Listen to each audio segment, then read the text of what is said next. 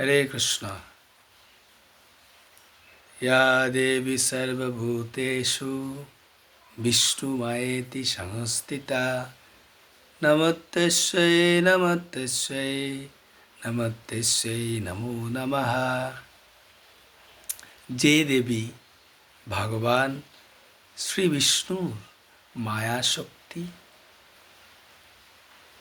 সেই দেবীকে প্রণতি জানাই, প্রণতি জানাই, প্রণতি জানাই।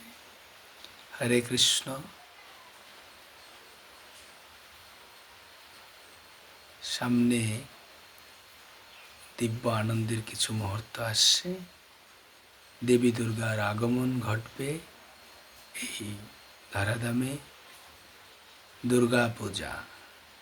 দেবী দুর্গাকে আমাদের জানা উচিত। দেবী দুর্গা ভগবান শ্রীকৃষ্ণের বহিরঙ্গা শক্তি, অন্তরঙ্গা শক্তি শ্রীমতী রাধা রানী, আর বহিরঙ্গা শক্তি শ্রীমতী দুর্গা দেবী। যখন আমরা দুর্গা দেবীর কাছে কৃষ্ণ ভক্তি, বিষ্ণু ভক্তি, বৈষ্ণব সেবা প্রার্থনা করব, দুর্গা দেবী আমাদেরকে প্রদান করবেন, যা লাভ করার মাধ্যমে আমরা এই জড়জগতেও সুখী হব, জড়জগৎ থেকে উত্তীর্ণ হওয়ার পরেও দিব্যধামে শান্তি, আনন্দ, সুখ লাভ করতে পারব।